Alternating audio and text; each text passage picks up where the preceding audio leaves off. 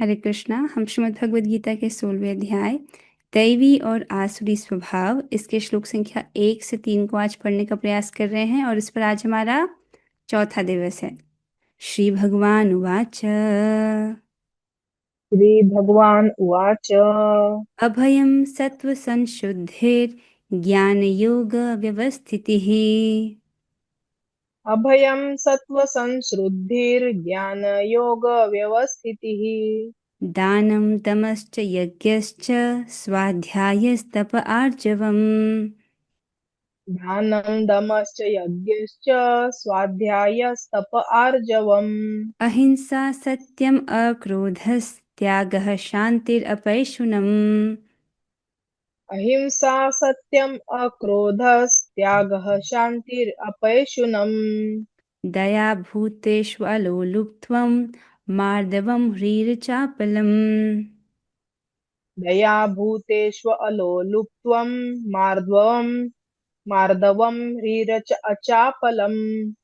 तेज क्षमा धृति शौचम् अद्रोहो नातिमानिता तेजः क्षमा धृतिः शौचम् अद्रोहो नातिमानिता। भवन्ति सम्पदं दैवीम् अभिजातस्य भारत। भवन्ति सम्पदं दैवीम् अभिजातस्य भारत। बहुत सुंदर। तो श्री भगवान, अब तो सबको लिंक याद हो गया होगा।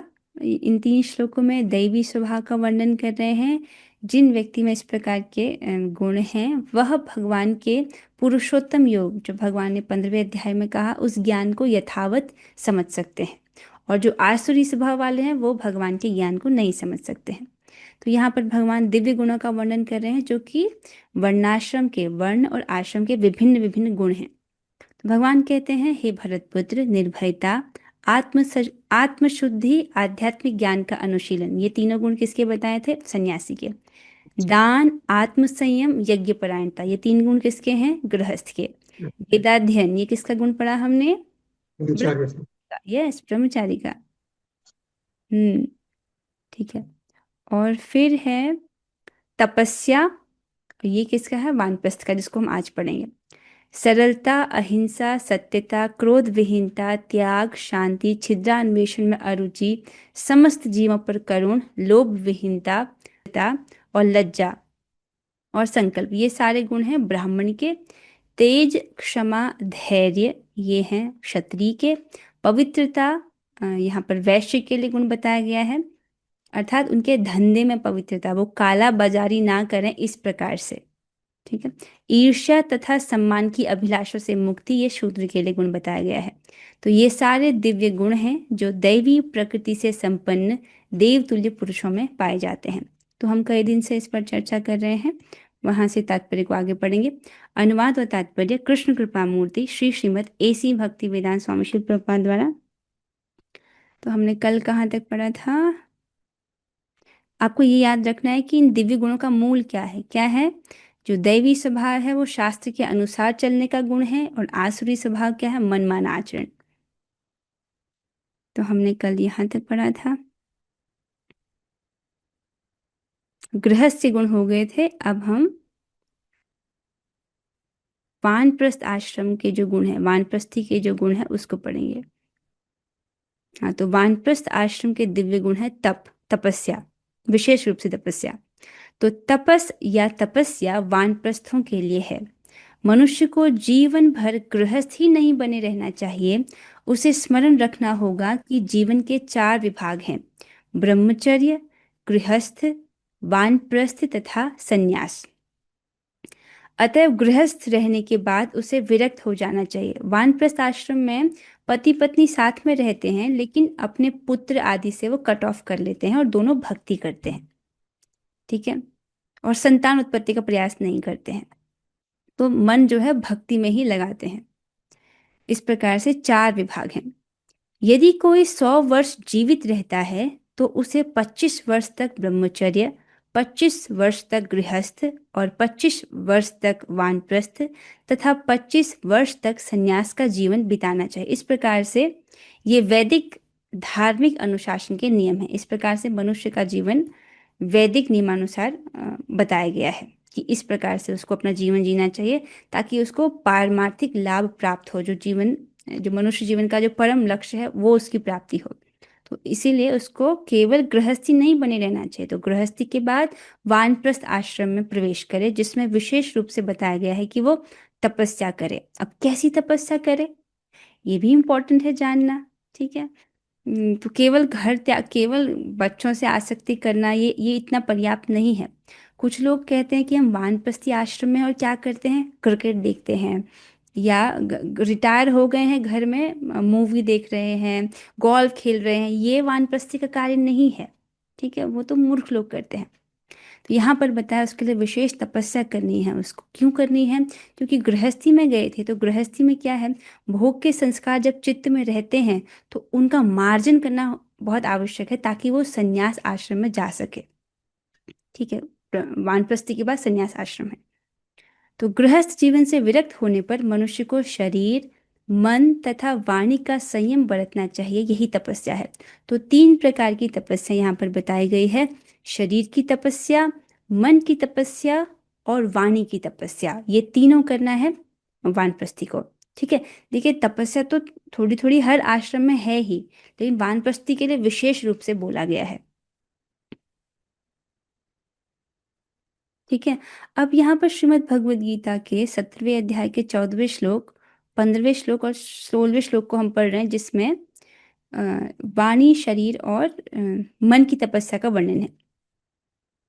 तो भगवान कहते हैं, देव द्विज गुरु प्राज्ञ पूजनम शौचमार्जवम ब्रह्मचर्यम अहिंसाम च शारीरम तप उच्यते। तो यहाँ पर भगवान शरीर की क्या तपस्या है वो बता रहे हैं। तो भगवान कहते हैं, परमेश्वर, ब्राह्मणों, गुरु, माता पिता जैसे गुरुजनों की पूजा करना, पहला ये हो गया, तथा पवित्रता, सरलता, ब्रह्मचर्य और अहिंसा ही शारीरिक तपस्या है।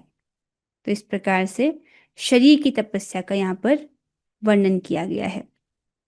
ठीक है। अब वाणी की तपस्या क्या है वो बता रहे हैं। अनुद्वेगकरं वाक्यं सत्यं प्रियहितं च यत् स्वाध्यायाभ्यसनं चैव वाङ्मयं तप उच्यते। सच्चे, भाने वाले, हितकर तथा अन्यों को शुद्ध न करने वाले वाक्य बोलना। ठीक है।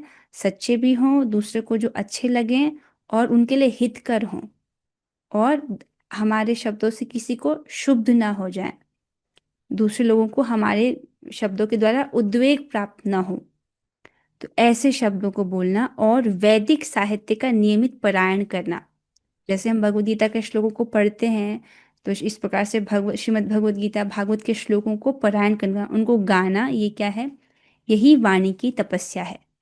ठीक है। तो इस प्रकार से शरीर की तपस्या बताया और वाणी की तपस्या बताया। शरीर की तपस्या क्या था, परमेश्वर, ब्राह्मण, गुरु, माता पिता जैसे गुरुजनों की पूजा करना, पवित्रता, सरलता, ब्रह्मचर्य और अहिंसा। अहिंसा भी शारीरिक तपस्या में आती है, कि दूसरों को जैसे दूसरों को हिंसा नहीं करना, ये भी शरीर की तपस्या है। फिर है कि मन की तपस्या क्या है।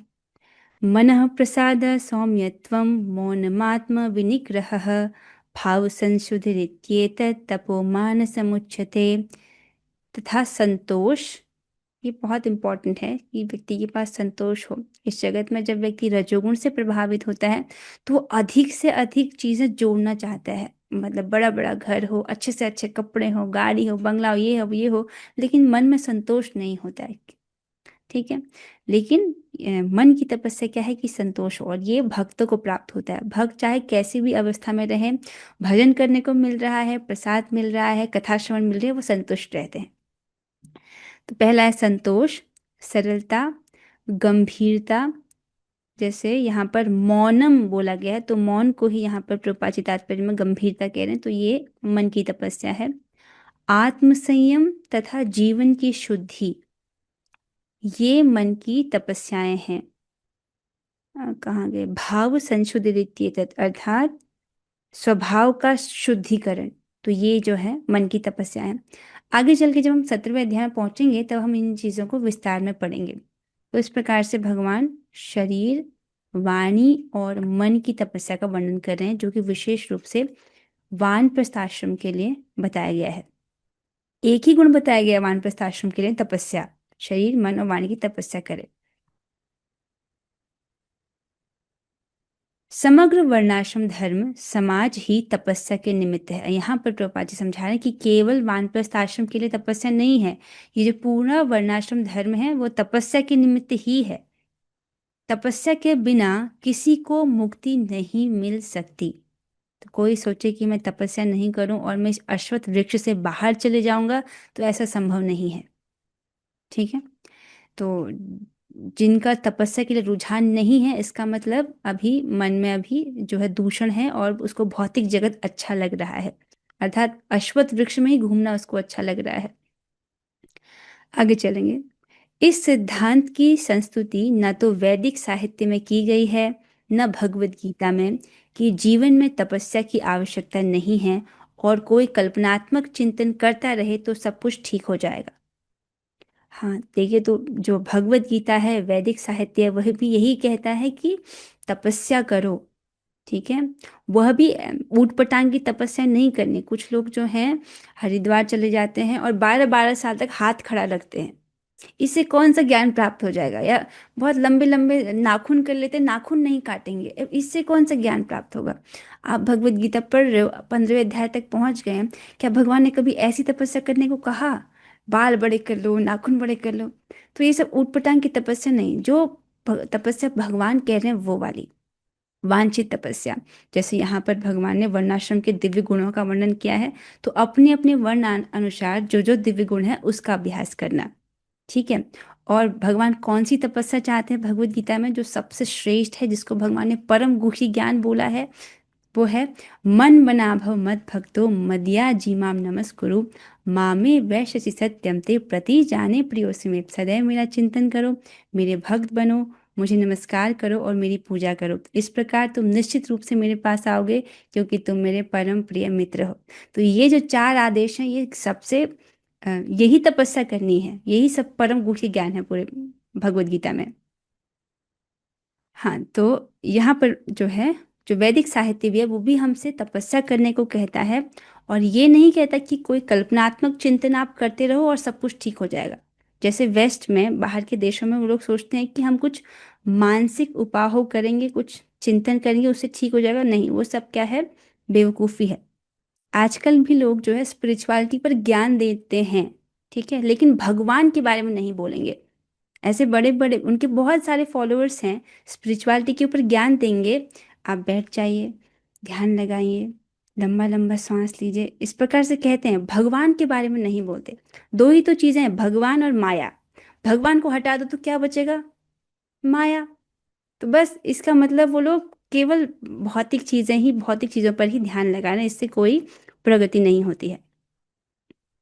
ऐसे सिद्धांत तो उन दिखावटी आध्यात्मवादियों द्वारा बनाए जाते हैं जो अधिक से अधिक अनुयायी बनाना चाहते हैं। ठीक है, ऐसे दिखावटी आध्यात्मवादी जो है नहीं वास्तव में आध्यात्मवादी, बाहर से दिखाने की हम स्पिरिचुअलिटी को जानते हैं और प्रयास क्या करते हैं, क्योंकि उसमें जो वो तरीका बताते हैं उसमें कोई तपस्या है ही नहीं। जो असली चीज़ है, जहाँ पर असली सोना आप खरीद रहे हो, तो उसके लिए प्राइस पेमेंट करना पड़ता है कि नहीं? तो ये जो प्रक्रिया है कृष्ण भावना भावित वाली, कृष्ण भावनामृत की जो प्रक्रिया, ये असली है और इसके लिए असली पेमेंट करना पड़ता है, असली तपस्या। 16 माला जप करें, 4 नियमों का पालन करें, क्योंकि इसका फल भी असली है, भगवत धाम है वापस वास्तव में, और उसकी प्राप्ति होती है। प्रभुपाद जी कहते हैं जैसे सूर्य है, जैसे चंद्र है, वैसे ही वैकुंठ लोक भी है। ठीक है, तो ऐसे जो दिखावटी आध्यात्मवादी होते हैं, वो तपस्या को हटा देते हैं, और इस प्रकार से वो अधिक से अधिक जो है उनके अनुयायी भी बन जाते हैं। यदि प्रतिबंध हो, विधि विधान न हो, तो लोग इस प्रकार आकर्षित न हो। ठीक है, जैसे इस्कॉन में भी 4 नियम है कि नहीं है, 4 नियम का पालन करना पड़ता है, बहुत सारे लोग तो उसी में भाग जाते हैं। तो इस प्रकार से प्रभुपाद जी कह रहे हैं कि अगर प्रतिबंध ही नहीं लगाएंगे, विधि विधान नहीं होंगे, तो लोग आकर्षित नहीं होते हैं। अतएव जो लोग धर्म के नाम पर अनुयायी चाहते हैं, वे केवल दिखावा करते हैं, और इस प्रकार से वो अपने अनुयायियों के साथ धोखा कर रहे हैं। वे अपनी विद्यार्थियों के जीवन पर कोई प्रतिबंध नहीं लगाते और न ही अपने जीवन पर। तो जो उनको फॉलो कर रहे हैं ना तो उनको नियम बताते हैं ना वो खुद नियम पालन करते हैं। लेकिन वेदों में ऐसी विधि को स्वीकृत नहीं किया गया है। ठीक है, वेद हमको कहते हैं कि तपस्या करो। ठीक है, और वो भी वांछित तपस्या। वांछित तपस्या था जैसी तपस्या भगवान चाहते हैं वैसी तपस्या। जहां तक अब यहाँ तक भगवान ने जो सन्यासी है, गृहस्थ है, ब्रह्मचारी है और वानप्रस्थ है उसके गुणों का वर्णन किया। ठीक है, तो अब जो है भगवान यहाँ से ब्राह्मण, क्षत्रिय, वैश्य और शूद्र के गुणों का वर्णन कर रहे हैं। ठीक है, तो ब्राह्मण के गुण बहुत सारे बताए गए हैं जिसमें पहला गुण है आर्जवम। जहाँ तक ब्राह्मणों की सरलता का संबंध है, सरलता अर्थात आर्जवम, इसका पालन न केवल किसी एक आश्रम में किया जाना चाहिए अपितु चारों आश्रमों में प्रत्येक सदस्य को करना चाहिए, चाहे वह ब्रह्मचर्य, गृहस्थ, वानप्रस्थ अथवा संन्यास आश्रम में हो। मनुष्य को अत्यंत सरल तथा सीधा होना चाहिए। ठीक है, तो ब्राह्मणों का एक गुण बताया जा रहा है सरलता। ठीक है, अब ये नहीं सोचना चाहिए कि ठीक है केवल ब्राह्मण ही सरल हो, नहीं, प्रभुपाद जी कह रहे हैं कि सभी चारों आश्रम में सभी में ये गुण होना चाहिए कि वो सरल बने। इसको भगवान ने जो ज्ञान प्राप्ति के 20 साधन है उसमें एक गुण बताया था सरलता, वहां भी इसका वर्णन हुआ है 13वें अध्याय में। अमानित्वम, अदम्भित्वम, अहिंसा, शांतिर, आर्जवम, वहां भी आया आर्जवम, आया कि नहीं आया? आर्जवम मतलब सरलता, तो ये होना आवश्यक है। अहिंसा का अर्थ है, तो पहला गुण हो गया सरलता, अब दूसरे गुण पर वर्णन कर रहे हैं अहिंसा। तो अहिंसा का अर्थ है किसी जीव के प्रगतिशील जीवन को न रोकना। ठीक है, जैसे कोई जीव किसी योनि में है, जैसे बकरी के शरीर में कोई जीवात्मा है, कोई उसको काट दे तो कुछ समय तक उसको बकरी के शरीर में रहना था। ठीक है, लेकिन अब किसी ने उसको अपनी जीवा को तुष्ट करने के लिए काट दिया, तो अब उस बकरी का प्रगतिशील जीवन रुक गया कि नहीं रुक गया? अब उसको दोबारा से बकरी का शरीर धारण करना पड़ेगा और जितना उसका निर्धारित समय है जो उसको बकरी के शरीर में रहना था वो वापस से उसको जीना पड़ेगा। ठीक है, उसके बाद ही उसकी क्रमिक विकास में वो अगली योनि में जा सकता है। तो अहिंसा का अर्थ है किसी जीव के प्रगतिशील जीवन को न रोकना। किसी को यह नहीं सोचना चाहिए कि चूंकि शरीर के वध किए जाने के बाद आत्मा स्फुलिंग नहीं मरता, इसीलिए इंद्रिय तृप्ति के लिए पशुवध करने में कोई हानि नहीं है। हो सकता है कि कोई इतनी बड़ी मूर्खता कर दे, इसलिए प्रभुपाद जी पहले बोल रहे हैं। मुझे पता है कि भक्तों में तो कोई मांस नहीं खाता है। ठीक है, आप सब लोग जो है पवित्र भोजन करने वाले हैं, तो ऐसा कोई दिक्कत नहीं है। फिर प्रभुपाद जी समझा रहे हैं, कोई मान लो थोड़ा उसने अध्याय 2 में थोड़ा थोड़ा कुछ सुन लिया, उसके बाद उसने गीता क्लास नहीं अटेंड किया, तो वो सोचे कि देखो भाई, भगवान भी ऐसे कहते हैं ना कि जो शरीर के मरने पर आत्मा नहीं मरता। कोई ये लॉजिक लगाए कि हम जो ठीक है शरीर को मार देंगे, आत्मा थोड़ी मरता है। कोई ये लॉजिक लगा कर भी इंद्रिय तृप्ति करने के लिए, अपनी जीवा को तुष्ट करने के लिए जानवरों की हत्या करे, पशुवध करे, तो ये बहुत बड़ी मूर्खता है, ऐसा नहीं करना है। ठीक है, क्योंकि मनुष्य को प्रचुर अन्न, फल और दुग्ध ये दिया गया है। तो प्रचुर अन्न है, फल और दुग्ध की पूर्ति होते हुए भी आजकल लोगों में पशुओं का मांस खाने की लत पड़ी हुई है, लेकिन पशुओं के वध की कोई आवश्यकता नहीं है। तो एक्चुअली ये कैसी ये एकदम मूर्खता है। हमने इसको 13वें अध्याय में पढ़ा कि तमोगुण में व्यक्ति जो कार्य करता है उसको पता ही नहीं है कि इसका क्या परिणाम होगा। आज जिस पशु का वध कर रहा है कल वही पशु उसका वध करेगा। ठीक है, जिसको मृत्यु, क्योंकि मृत्यु किसी को दे रहा है तो उसी वही कर्म उसको लौट कर आएगा, उसको भुगतना पड़ेगा वो चीज।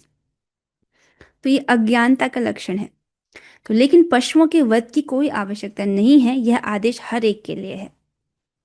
जब कोई विकल्प न रहे तभी पशुवध किया जाए। तो मतलब ऐसी स्थिति आ गई कि अब खाने के लिए अन्न नहीं है, फल नहीं है, दूध नहीं है, और एकमात्र उपाय है कि किसी पशु को वध करना पड़े। उस स्थिति में प्रभुपाद जी कह रहे हैं कि तब किया जा सकता है। लेकिन इसकी यज्ञ में लेकिन इसकी यज्ञ में बलि की जाए। हाँ, उसको भी ऐसे नहीं खाना है, यज्ञ में बलि दे करके, वो भी तब जब एकदम एक्सट्रीम सिचुएशन आ जाए।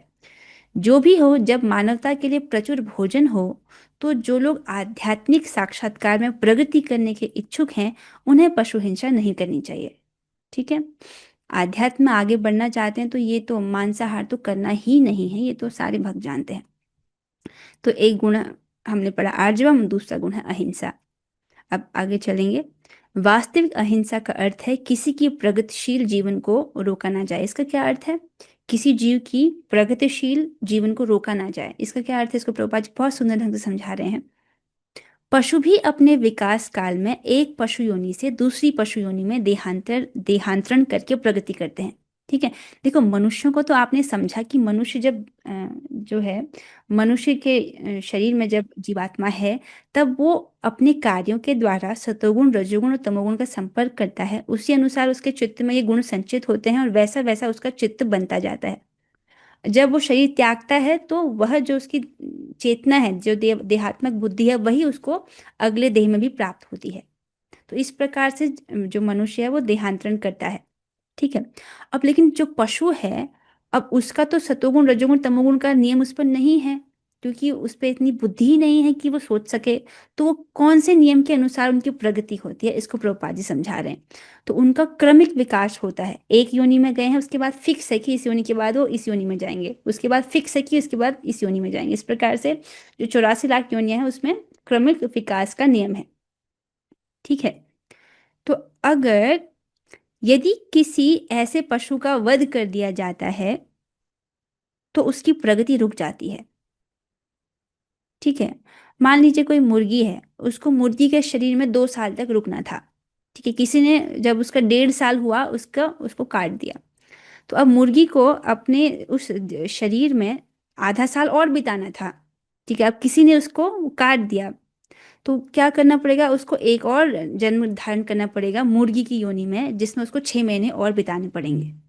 तो इस प्रकार से जो है उसकी प्रगति रुकी कि नहीं रुकी?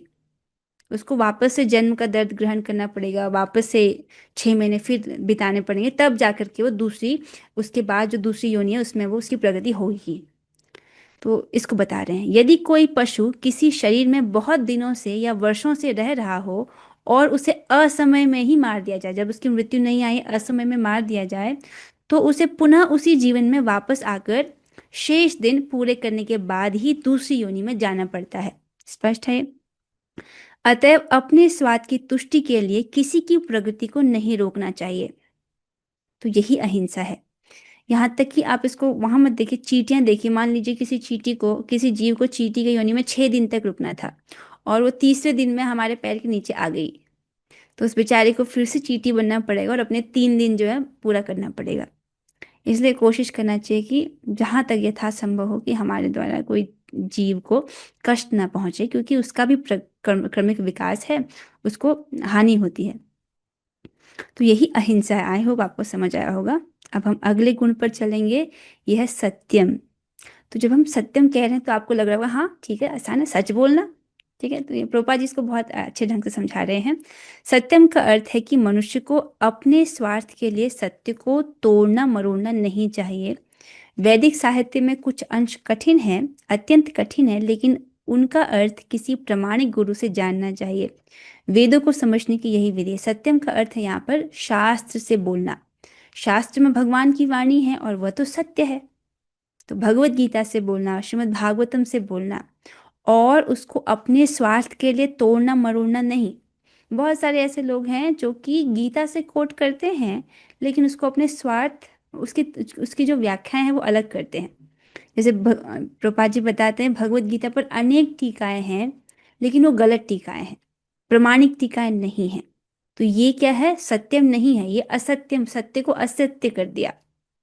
तो सत्यम अर्थात शास्त्र की वाणी बोलना, उसको अपने स्वार्थ के लिए उसको तोड़ना मरोड़ना नहीं, जैसे है उसको यथावत उसको प्रस्तुत करना। तो हाँ, हो सकता है कि वैदिक अंश में, वैदिक साहित्य में कुछ चीजें कठिन हैं, तो उसको प्रामाणिक गुरु से जानना चाहिए। ठीक है। यही इसको समझने की विधि है। श्रुति का अर्थ है किसी अधिकारी से सुनना। मनुष्य को चाहिए कि अपने स्वार्थ के लिए कोई विवेचना न गढ़े।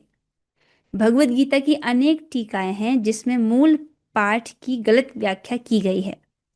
शब्द का वास्तविक भावार्थ प्रस्तुत किया जाना चाहिए और उसे प्रमाणिक गुरु से ही सीखना चाहिए। तो यहाँ पर बोल रहे हैं कि बहुत सारे ऐसे लोग हैं जिन्होंने भगवत गीता पर टीकाएं तो रची हैं, लेकिन वो स्वार्थपूर्ण व्याख्याएं हैं। जैसे गांधी जी बोलते थे अहिंसा परमो धर्म। ठीक है। अगर अहिंसा और उसके लिए वो कहते थे कि भगवत गीता को प्रमाण देते थे कि भगवत गीता में ऐसा कहा है। अब आप आप भगवत गीता पढ़ रहे हो, यहाँ पर भगवान ने अर्जुन जी को तो बार बार यही बोला ना कि तुम युद्ध करो। कब अर्जुन जी को बोला कि तुम युद्ध मत करो और अहिंसा का पथ अपनाओ? अहिंसा का गुण ब्राह्मण के लिए है, और क्षत्रिय जिसको धर्म युद्ध जिसके लिए आवश्यक है वो कहे कि नहीं नहीं नहीं नहीं, इसमें तो बहुत खून खराबा है, हम जो है नहीं करेंगे युद्ध। तो उसके लिए अहिंसा का गुण नहीं है। आप समझ रहे हैं इस चीज को? लेकिन लोग जो अपनी स्वार्थपूर्ण बातों को सिद्ध करने के लिए इस प्रकार से गीता का व्याख्यान देते हैं। ठीक है। तो हाँ, आगे चलेंगे। शब्द का, हाँ, तो यहाँ पर बोल रहे हैं इसीलिए जो है उसको ठीक से समझना चाहिए, प्रमाणिक गुरु से ही सीखना चाहिए। जैसे कि अभी हम प्रभुपाद जी से सीख रहे हैं, तो ये प्रमाणिक रूप से सीखना ही हुआ, प्रभुपाद जी के तात्पर्य से पढ़ना। अब तो सत्यम पर व्याख्या हो गई। अब अगला गुण है अक्रोध। तो अक्रोध से स्पष्ट है कि अक्रोध, क्रोध नहीं करना, क्रोध को रोकना। यदि कोई शुभ बनावे तो भी सहिष्णु बने रहना चाहिए, मतलब कोई क्रोध दिलाने की कोशिश करे तब भी उसको सहन करना चाहिए। ठीक है। हो सकता है कि मुश्किल हो, पर इसका अभ्यास करना चाहिए, क्योंकि अगर हम आध्यात्मिक जीवन में प्रगति करना चाहते हैं तो ये बहुत आवश्यक है। ठीक है। इसको प्रभुपाद जी समझाएंगे, बहुत सुंदर ढंग से प्रभुपाद जी समझा रहे हैं। क्योंकि एक बार क्रोध करने से सारा शरीर दूषित हो जाता है। क्यों ऐसा कैसे होता है, शरीर दूषित कैसे होता है क्रोध से? क्योंकि क्रोध रजोगुण तथा काम से उत्पन्न होता है। कामेश क्रोध एष रजोगुण समुद्भव, महाशनो महापाप्मा विद्येनम इह वैरिणम। काम और ये क्रोध, ये किससे उत्पन्न होते हैं? सतोगुण से नहीं, रजोगुण से उत्पन्न होते हैं। ठीक है। तो आपने देखा कि रजोगुण और तमोगुण का संपर्क, इससे हमको बचना है ताकि हम इस अश्वत्थ वृक्ष से बाहर निकल सकें। ठीक है। तो रजोगुण से ही क्रोध और काम उत्पन्न होता है। तो जब क्रोध करता है एक बार व्यक्ति, तो उसका पूरा शरीर दूषित हो जाता है। अतएव जो योगी है उसे क्रोध पर नियंत्रण रखना चाहिए। ठीक है। तो ऐसे बताया गया है कि जब कोई आपको क्रोध दिलाने की कोशिश करे तो उसका उपाय ये बोला गया है कि आप मौन रहें। अब जितना बोलेंगे तो वो क्रोध में उतना ही घी डालने जैसा होगा। तो शास्त्रों में इसका उपाय है कि उस वक्त व्यक्ति को मौन रहना चाहिए। आगे है अपैशुनम। तो अक्रोध के बाद अगला गुण बताया जा रहा है अपैशुनम।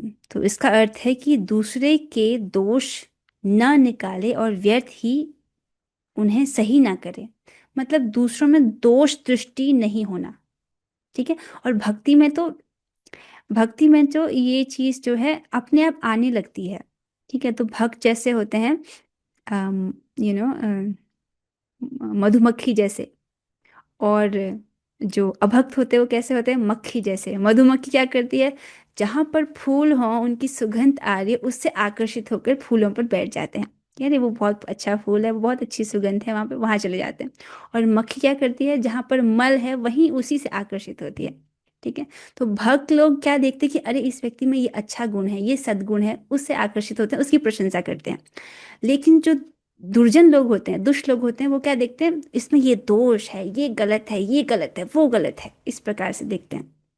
इस संबंध में एक घटना स्मरण आ रही है कि एक बार जो है भगवान जो है युधिष्ठिर महाराज से कहते हैं कि, और दुर्योधन से, दोनों से कहते हैं। तो युधिष्ठिर महाराज से कहते हैं कि आप जाइए और पूरे राज्य में एक ऐसे व्यक्ति को ढूंढिए जो कि दुर्जन है।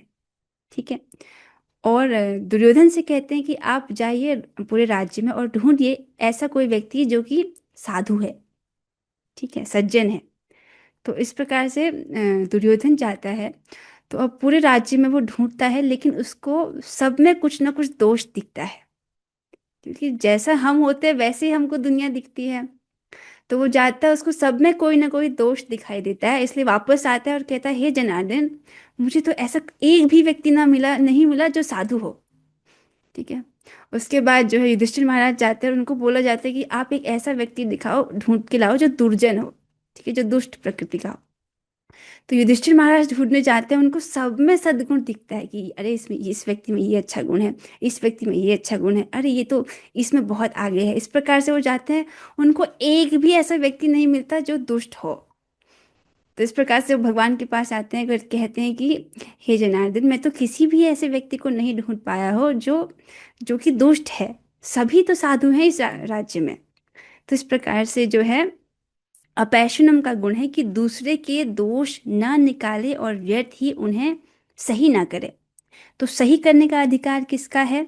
गुरु का है। अगर आप इस पोजीशन में हो कि आप उनको करेक्शन दो और वो चाहें कि आप उनको करेक्शन दो, तब करेक्शन देना चाहिए, वरना जो है उसको इग्नोर करना चाहिए। तो इस प्रकार से दूसरों में दोष नहीं देखें। तो भक्त तो कोशिश करते हैं कि दूसरों में गुण ही देखें। निसंदेह चोर को चोर कहना छिद्रान्वेषण नहीं है, लेकिन निष्कपट व्यक्ति को चोर कहना उस व्यक्ति के लिए परम अपराध होगा जो आध्यात्मिक जीवन में प्रगति करना चाहता है। ठीक है, कि जो व्यक्ति भगवान का अच्छा भक्त है, वो निष्कपट है, उस पर अगर कोई आरोप लगा दिया जाए तो ये अपराध हो जाएगा और ये बहुत खतरनाक है। ठीक है, और इसमें एक एक और सावधानी रखनी है कि हो सकता है कि कोई भक्त बहुत अच्छे से भक्ति कर रहे हैं और अचानक एक दुराचार प्रस्तुत हो जाए, उनके द्वारा एक ऐसा आचरण हो जाए कि जो गलत हो। ठीक है, तो भी उसमें दोष दृष्टि नहीं करना, और उस वक्त ये स्मरण रखना, भगवान ने क्या कहा है, नमे भक्त प्रणश्यति। हे अर्जुन, तुम ये डंके की चोट पर घोषणा कर दो कि मेरे भक्त का कभी विनाश नहीं होता। तो उस वक्त की याद रखना है। और भगवान ने क्या कहा है, अपि चेत सुदुराचारो भजते माम अनन्य भाग साधुरेव समन्तव्य सम्यक व्यवसितो ही सा। भगवान कहते हैं कि कोई अपि चेत सुदुराचारो, अगर कोई सुदुराचारी भी क्यों ना हो, अगर वो मेरी अनन्य भाव से भक्ति करता है, तो भी तुम उसको साधु ही मानो। ये भगवान का आदेश है कि हो सकता है कि एक भक्त से दुराचार प्रस्तुत हो जाए कुछ समय के लिए, क्योंकि अनादिकाल से हम इस जगत में हैं, तो पुराने संस्कार आ सकते हैं, उससे कुछ दुराचार हो जाए, लेकिन वो भगवान की अनन्य भक्ति करना नहीं छोड़ रहा है, जप नहीं छोड़ रहा है, कथा नहीं छोड़ रहा है, और प्रसाद खा रहा है, इस प्रकार से भगवान की भक्ति में लगा हुआ है, तो भगवान का आदेश है कि तुम उसको साधु ही मानो। तो अगर हम दोष दृष्टि करेंगे तो हम भगवान की आज्ञा का अवज्ञा हो जाएगा, इससे भगवान कुपित हो जाएंगे। ठीक है, क्यों? क्योंकि भगवान भगवान का नाम क्या है, कोटि जननी वत्सल, अर्थात जैसे माता का हृदय बहुत करुणा से भरा होता है, तो वैसी अगर माता के करुणा को करोड़ों करोड़ों गुना बढ़ा देंगे, तो वैसा करुणामय हृदय है भगवान का। और ऐसा जो भगवान का भक्त है, बहुत प्रिय भक्त है, जो उनकी अनन्य भक्ति कर रहा है, उसका कुछ पतन हुआ है, तात्कालिक रूप से पतन हुआ है, उस पर हम दोष दृष्टि करेंगे तो आपको पता है, जैसे माँ का बच्चा बहुत प्यारा है, लेकिन माँ का बच्चा चाहे गलती भी करे तो माँ को प्यारा ही लगता है, और अगर सामने वाले से कोई व्यक्ति उसमें दोष निकाले तो माँ को बिल्कुल अच्छा नहीं लगता, है ना। माँ को अपना बच्चा हमेशा अच्छा लगता है, अगर वो गलती भी करे तो भी माँ माँ को अच्छा ही लगता है। तो वैसे ही भगवान है, तो भगवान को ये चीज़ पसंद नहीं आती है, तो इसीलिए जो है इस चीज़ से, अ, इस अपराध से बचना चाहिए। ठीक है, तो यहाँ पर बोल रहे हैं कि उसके लिए परम अपराध होगा जो आध्यात्मिक जीवन में प्रगति करना चाहता है, तो इससे सावधान रहना चाहिए। आगे चलते हैं, ह्री। अब ह्री का अर्थ क्या है? ये ह्री बहुत सुंदर है, इसका मतलब होता है लज्जाशीलता। ह्री का अर्थ है कि मनुष्य अत्यंत लज्जाशील हो और कोई गर्हित कार्य न करे। तो ये एक बहुत सुंदर गुण है। तो ह्री की बात हो गई है कि मनुष्य में लज्जाशीलता होनी चाहिए, अगर उसे कुछ विकर्म हो जाए तो उसको लज्जा आनी चाहिए। अचापलम। अचापलम का क्या अर्थ है? अचापलम या संकल्प। ठीक है, तो इसका अर्थ है कि मनुष्य किसी प्रयास से विचलित या उदास ना हो। किसी प्रयास में भले ही असफलता क्यों ना मिले, किंतु मनुष्य को उसके लिए खिन्न नहीं होना चाहिए, उसे धैर्य तथा संकल्प के साथ प्रगति करनी चाहिए। तो हो सकता है कि व्यक्ति कुछ प्रयास कर रहा है अपने जीवन में, उसमें वो असफल हो गया। ठीक है, अब उस असफलता के लिए वो निराश ना हो जाए, खिन्न होकर ना बैठ जाए, अपितु धैर्य को धारण करे और संकल्प के साथ प्रयास करे और प्रगति करे। ठीक, इसको बोलते हैं अचापलम। तो यहाँ तक हमने जो है ब्राह्मण के गुणों का वर्णन करा। तो क्या क्या बताया भगवान ने? अम, उन्होंने कहा सरलता, अहिंसा, सत्य और अक्रोध, दूसरों में दोष नहीं देखना, और लज्जाशीलता और अचापलम अर्थात संकल्प। तो इस प्रकार से ब्राह्मण के गुणों का वर्णन किया है। और अब आगे आते हैं क्षत्रिय, वैश्य और शूद्र के गुण। तो समय हो ही गया है, तो मैं सोच रही हूँ कि क्षत्रिय के गुण से हम जो है आगे पढ़ेंगे, कल पढ़ने का प्रयास करेंगे। ठीक है। तो इसके साथ हम आज हो रही चर्चा को यहाँ पर विश्राम दे रहे हैं। बहुत सुंदर सुंदर गुण हैं, और जो आध्यात्मिक पथ में प्रगति करना चाहते हैं उनको इन गुणों का अनुशीलन करना चाहिए।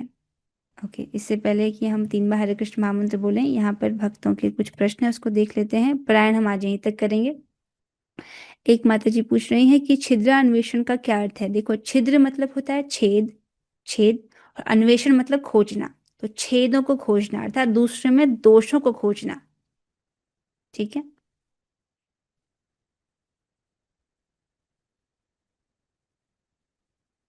अच्छा, और क्या बोलते हैं, भक्त पूछ रहे हैं कि मॉर्निंग में भी क्लास होती है। देखो, मॉर्निंग में यहाँ पर मैं क्लास नहीं देती हूँ, पर मॉर्निंग में क्लास होती है, भक्ति ट्री में होती है।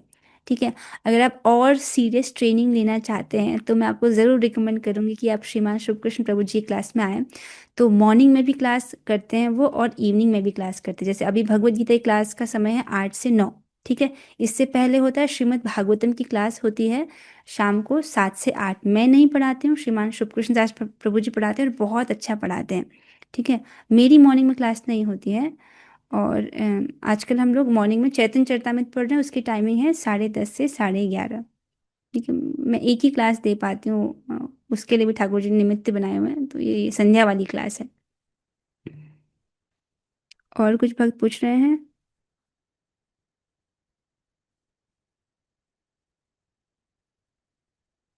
क्या पूछ रहे हैं समझ नहीं आया। हरे कृष्ण माता जी, yesterday you told to chant 4 mantras after waking up in the morning at night before sleeping। हाँ ठीक है, ठीक है। और हाँ, ये जादुई मंत्र की बात कर रहे हो आप। हाँ ठीक है, ठीक है, बताती हूँ। तो जब हम देखो, सबसे पहले आप समझिए इस बात को कि प्रार्थना में बहुत बड़ा बल है।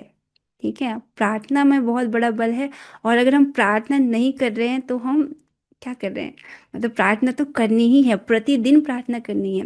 प्रभुपाद जी जो हैं, वह भी एक बार श्री श्री राधा श्याम सुंदर के राधा माधव जी, मैं डीटीज के एग्जैक्ट नाम भूल रही हूँ, उनके समक्ष वो प्रार्थना कर रहे थे। तो उनके शिष्य ने पूछा कि आप क्या प्रार्थना कर रहे हैं। तो प्रभुपाद जी ये कहते हैं, ये प्रार्थना कर रहे थे कि हे उनसे ये प्रार्थना कहते हैं कि आप मुझे माया से बचाइए। ठीक है। इस प्रकार से प्रभुपाद प्रभुपाद जी भी प्रार्थना कर रहे थे। तो इसीलिए जो है हर भक्त को करना चाहिए। तो सबसे पहले वो 4 मंत्र हैं कि अब एक बार श्रील प्रभुपाद जी का प्रणाम मंत्र, क्योंकि वो सबसे अधिक दयालु हैं, मतलब कृष्ण कृपा मूर्ति हैं वो। तो प्रभुपाद जी का प्रणाम मंत्र है, उसको करना।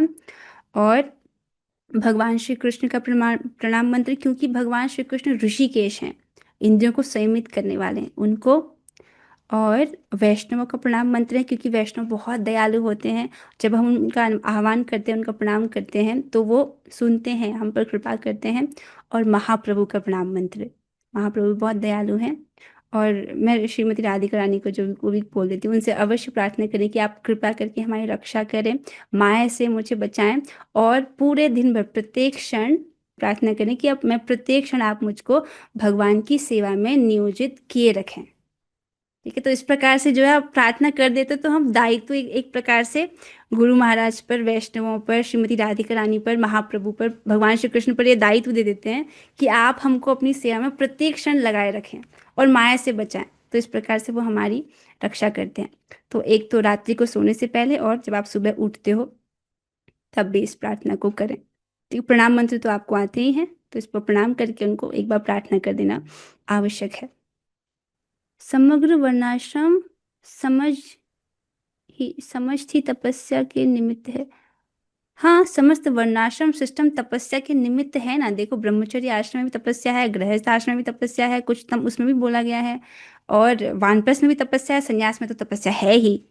ठीक है। तो हरे कृष्णा हरे हरे कृष्णा कृष्णा कृष्ण कृष्ण हरे हरे हरे राम हरे हरे राम राम हरे हरे राम राम राम हरे राम हरे हरे हरे